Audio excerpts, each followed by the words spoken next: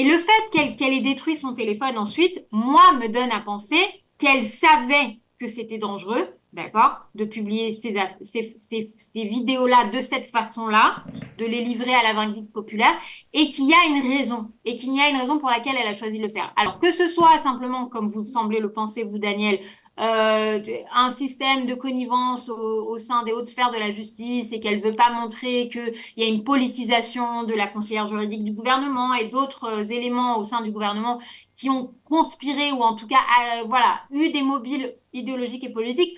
Peut-être, à la limite, ce serait, j'ai envie de vous dire, Daniel, l'explication la plus rassurante pour moi, parce qu'il Mhm. s'agirait dans ce cas uniquement de hauts fonctionnaires qui se prennent pour les gardiens de la démocratie en Israël. C'est pas les premiers, c'est pas les derniers. Moi, j'ai peur de quelque chose de plus dangereux que ça, c'est qu'elle ait obéi à des intérêts lui disant il faut faire pression sur le gouvernement israélien pour mettre un terme à la guerre. Vous voyez ce que je veux dire? Ouais. C'est-à-dire que cet incident-là, il a causé un tort diplomatique important.